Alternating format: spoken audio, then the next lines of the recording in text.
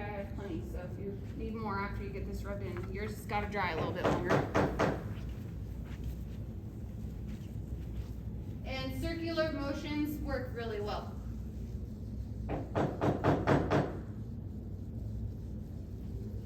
Yep, so start in the middle and just rub in a circle and cover the whole thing.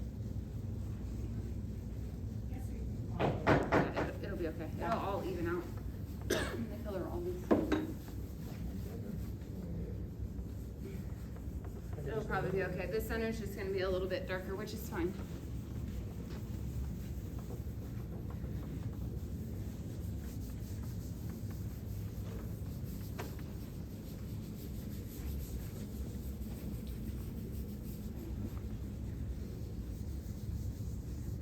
You said just start in the middle and work your way out.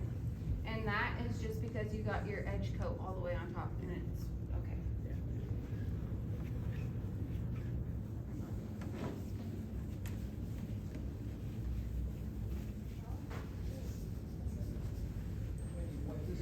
No, no. Just let it soak in. Oh, it's beautiful. Oh. Okay. Beautiful.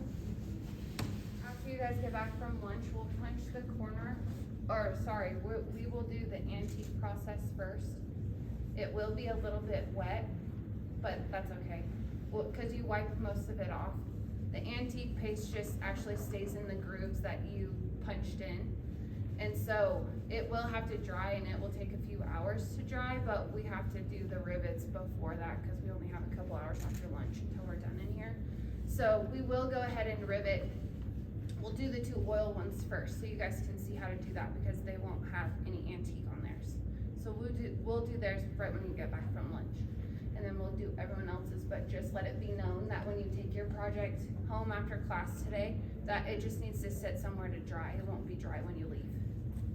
And it will stain your clothes if you like get it on you, so just be careful where you put it.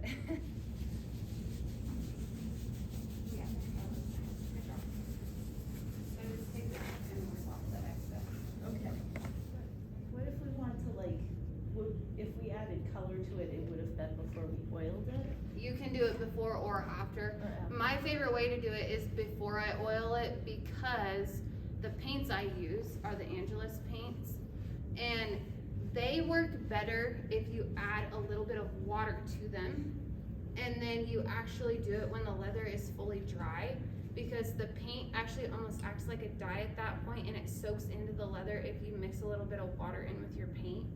And you let that first layer of whatever you're painting completely dry, and then you go back with solid paint without water mixed in and paint a second coat.